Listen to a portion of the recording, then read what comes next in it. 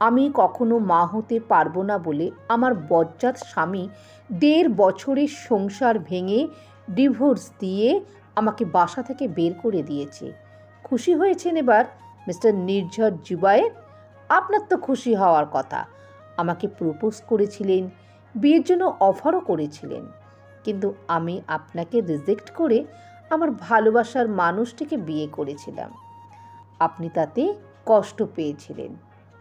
আমার সেই ভালোবাসার ভরসার একমাত্র মানুষটি আমাকে ডিভোর্স দিয়েছে। এই দেখুন, আমি আজ ভালো নেই, আমি কষ্টে আছি। আমার বুকের ভেতর দুমড়ে মুচড়ে যাচ্ছে, নিঃশ্বাস নিতে কষ্ট হচ্ছে। আপনি এবার খুশি তো? আমাকে অভিশাপ দিয়েছিলেন, আপনার অভিশাপেই আমার সাথে এমন হয়েছে। এবার খুশি হয়েছেন? বলেই কান্নাতে ভেঙে পড়ল খেয়া। 2 হাতে মুখ ঢেকে অবিরত কান্না করে যাচ্ছে সে। নির্ঝর এদিক ওদিক তাকায়। তারা আপাতত একটি পার্কের বেঞ্চে বসে আছে।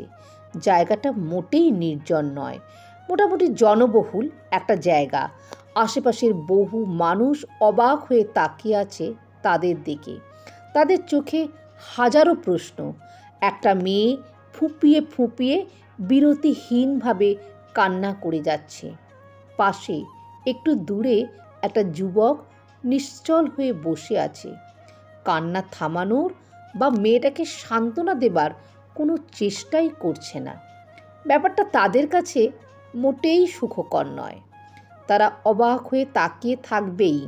এটা বিদেশ নয় যে দেখেও না দেখার ভান করবে। এটা আমাদের বাংলাদেশ। সবাই দেখবে, 2-1জন দুঃখ পাবে, কেউ কেউ কাছে এসে কি হয়েছে জিজ্ঞাসাও করবে। নির্ঝর খেয়ার দিকে তাকালো। খেয়ার পরনে সবুজ রঙের ফিনফিনে শাড়ি, আর এই সবুজ শাড়িতে কি সুন্দর লাগছে তাকে। আজও মেয়েটার কান্না সজল দৃষ্টি তাকে ঘায়েল করতে সক্ষম। সে চোখ সরিয়ে নিল।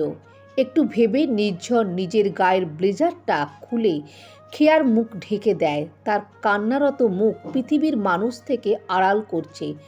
সামান্য এগিয়ে বসে, কেউ যেন চট করে বুঝতে না পারে খেয়া একা, সম্পূর্ণ একা। প্রায় আধ ঘন্টা পর নির্ঝর খেয়ার দিকে তাকিয়ে বলল, আর ইউ ওকে? খেয়া উত্তর দিল, না, এখনও ব্লেজার দিয়ে মুখ ঢেকে আছে। নির্ঝর আবারও মুখ খুলল। সকালে তো মেবি কিছু খাওনি, এখন খাবে কিছু? খেয়া ছোট্ট করে না বলল। চলো আমার সাথে, সামনে একটা রেস্টুরেন্ট আছে, কিছু খাবে? লাঞ্চের টাইম শেষ হয়ে যাবে। আমারও দুপুরে কিছু খাওয়া হয়নি। বললাম তো খাবো না, জোর করছো কেন? আর আপনি এখানে কি করছেন? এতক্ষণ যাবৎ আমার কষ্ট উপভোগ করলেন, তাতে মন ভরল না? আরও উপভোগ করতে চান? নিজের চোখে আমার নিষ্ঠুর পরিণতি অবলোকন করতে চান? করুন তাহলে। লিসেন খেয়া, আমি জানি তোমার কাছে বর্তমানে কোনো টাকা নেই, থাকার কথাও নয়। তাছাড়া তোমার যাওয়ারও জায়গা নেই। আমি যা বলি তাই শোনো। আপাতত আমার সাথে কিছু খাবে চলো, না হলে না খেয়েই মরে যাবে। তখন তোমার কষ্ট বেশি দিন উপভোগ করতে পারবো না। সত্যি বলতে আমি ভীষণভাবে তোমার কষ্ট উপভোগ করছি। তোমার এই ন্যাকা সুরের কান্না উপভোগ করতে চাইলেও তোমাকে বছরের পর বছর বাঁচতে হবে। Let's go. নির্ঝর উঠে দাঁড়ালো। খেয়া নির্ঝরের কথা শুনে আবারও কান্না করতে শুরু করলো। নির্ঝর তার দিকে এক পলক তাকিয়ে মুচকি হাসল। খেয়ার সাথে যেদিন তার প্রথম দেখা হয়েছিল সেদিনও এইভাবে নাক টেনে কান্না করছিল। আজও একই জিনিস। প্রকৃতির সব জিনিসই নাকি দুবার করে ঘটে, তার কাছেও তাই মনে হচ্ছে। তবে ডিফারেন্সটা হচ্ছে আজকের খেয়া আর সেদিনের খেয়ার মাঝে বিস্তর তফাৎ। খেয়ার কান্না কিছুতেই থামছে না। সেই সকাল থেকে দেখা যাচ্ছে সে অল্পতেই কেঁদে দেয়ার অসীম ক্ষমতা নিয়ে জন্মেছে খেয়া। অতি সামান্য কথাতেও যে সে কেঁদে টেঁদে এক করে ফেলে, এসব কিন্তু নির্ঝরের অজানা নয়। কিন্তু এত কান্না করলে তো অসুস্থ হয়ে পড়বে। নির্ঝর কিছুটা বিরক্ত হয়েই ধমক দিল, স্টপ ক্রাইং। কেউ মরে গেছে? খেয়া ব্লেজারের নাক মুছে টেনে টেনে বলল, আমার প্রেম মরে গেছে। ও আপনি বুঝবেন না? বোঝার মতো কিছু থাকলে তো বুঝবো। তুমি কান্না করছো কেন? আমার ইচ্ছে হয়েছে, কান্না করছি। তাতে আপনার কি? তাতে আমার কি মানে? আমি বিরক্ত হচ্ছি। আপনাকে বিরক্ত হতে বলেছে কে? আশ্চর্য! এটা কি ধরনের প্রশ্ন? একদম কান্না করবে না, তুলে আছাড় দেব।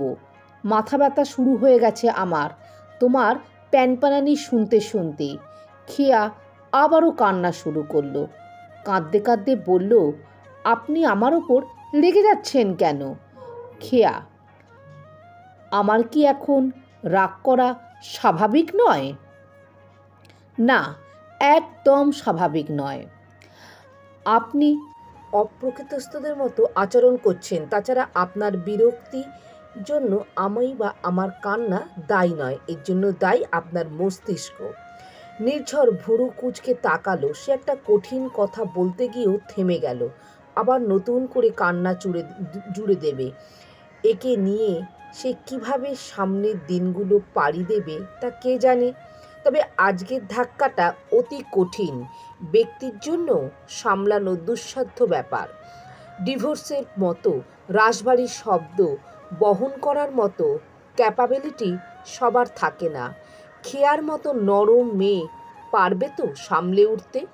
নির্ঝর একটা দীর্ঘশ্বাস ফেলল। সে খেয়ার পাশে থাকবে, তাকে থাকতে হবে যে।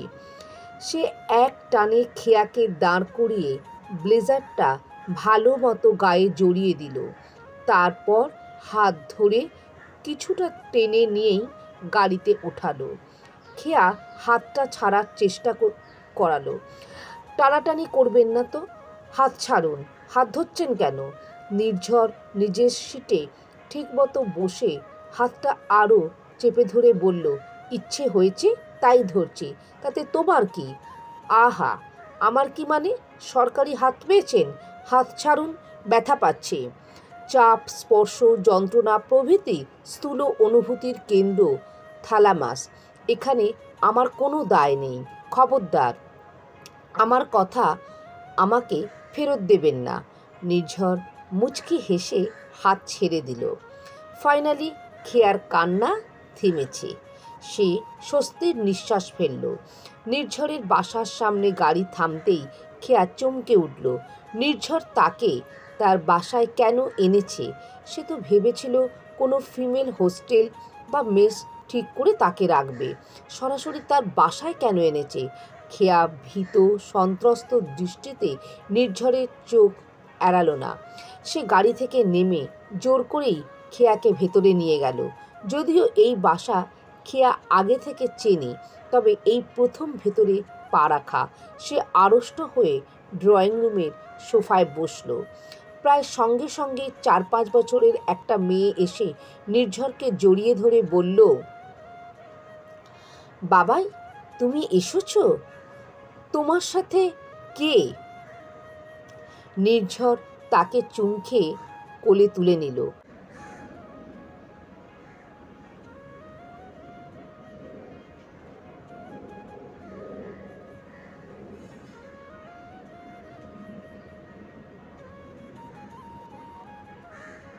খেয়া হাঁ করে তাকিয়ে সব দেখছে, কিছুই তার মস্তিষ্কে ঢুকছে না। নির্ঝরের এত বড় মেয়ে আছে, তার মানে নির্ঝর যখন তাকে বিয়ের অফার দিয়েছিল তখন সে ম্যারিড। কিছু বুঝে ওঠার আগেই খেয়া অজ্ঞান হয়ে ঢলে পড়ল। বাবাই, উনি এত তাড়াতাড়ি ঘুমিয়ে পড়লেন কি করে? এই মাত্র আমার দিকে বড় বড় করে তাকিয়েছিল। নুহামা, ওকে উনি উনি করবেন না, আন্টি বলে ডাকবে আজ থেকে, মনে থাকবে তো? বাবাই। নুহা কোল থেকে নামতেই নির্ঝর খেয়ার দিকে তাকায়। খেয়া সোফাতে মাথা রেখেছে, তার দু চোখ বন্ধ। সত্যি সত্যি ঘুমিয়ে পড়েছে নাকি?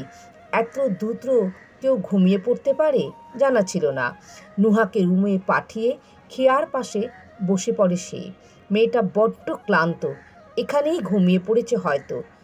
আস্তে করে ডাক দেয় সে, খেয়া, খেয়া, খেয়া তোরি।